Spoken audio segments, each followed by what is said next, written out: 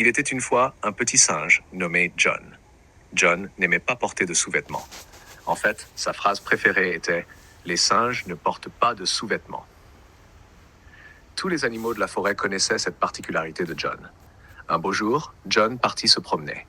Il marchait et marchait. Il sautillait entre les arbres, se promenait près des fleurs et arriva au bord du lac. Là, il rencontra son ami Absalom l'éléphant. Absalom baissa sa trompe vers John et dit « John, tu ne portes pas de sous-vêtements. » John se contenta de rire. « Bien sûr que non, répondit-il. Les singes ne portent pas de sous-vêtements. » Mais Absalom leva sa trompe avec inquiétude. « Fais attention, John, le lac est rempli de moustiques. » Bzzz, bzzz. Un moustique géant fit le tour de John. Il regarda à gauche, il regarda à droite, et puis zap! Il le piqua. « Aïe !» hurla John. « Aïe, aïe, aïe, aïe !» Il regarda son grand ami. « Absalom, vite! Est-ce que je peux emprunter un de tes sous-vêtements ?» Absalom lui en apporta gentiment une paire. Mais les sous-vêtements d'éléphant sont très, très grands, beaucoup trop grands. John disparut complètement à l'intérieur, il ne voyait rien, et il ne pouvait certainement pas marcher. Alors John les enleva, et il ne fallut pas longtemps avant qu'il oublie tout cela. John marcha et marcha. Il sautillait entre les arbres, se promenait près des fleurs et arriva devant un grand figuier. Là se trouvait Golda la girafe en train de manger des figues sucrées. Golda regarda John depuis le haut des arbres. « John, tu devrais vraiment mettre des sous-vêtements. » Mais John secoua simplement la tête.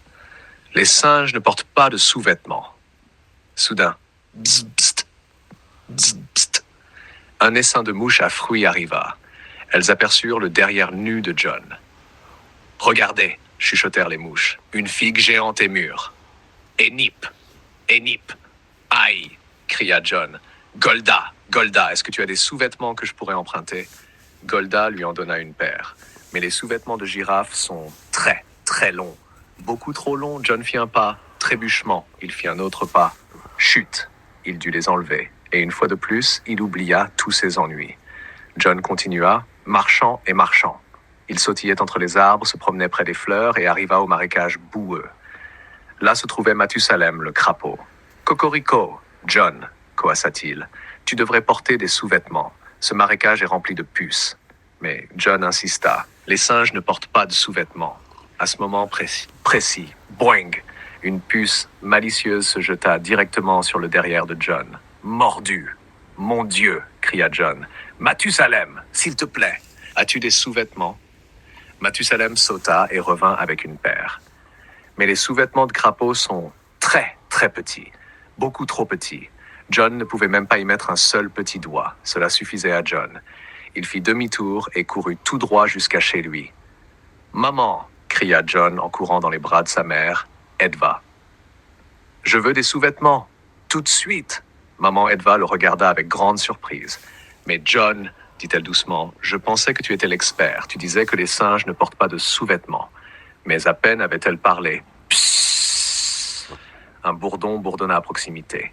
Il aperçut le joli derrière rond de maman Edva. Et puis, piqûre !»« Mon Dieu !» cria Edva en sautant dans les airs. Elle se frotta le derrière endolorie et dit très vite « John, j'ai changé d'avis. J'avais tort. » Elle esquissa un petit sourire. « Les singes portent certainement des sous-vêtements. »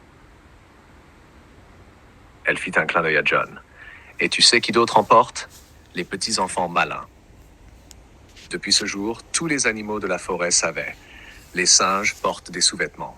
Dans les arbres, au bord du lac, dans le marécage et partout ailleurs. Et John ? John porte ses sous-vêtements avec fierté. Mais parfois, avec un petit étincelle dans les yeux, il dit encore « Autrefois, je pensais que les singes ne portaient pas de sous-vêtements. » Et alors, tous les animaux éclatent de rire de bon cœur.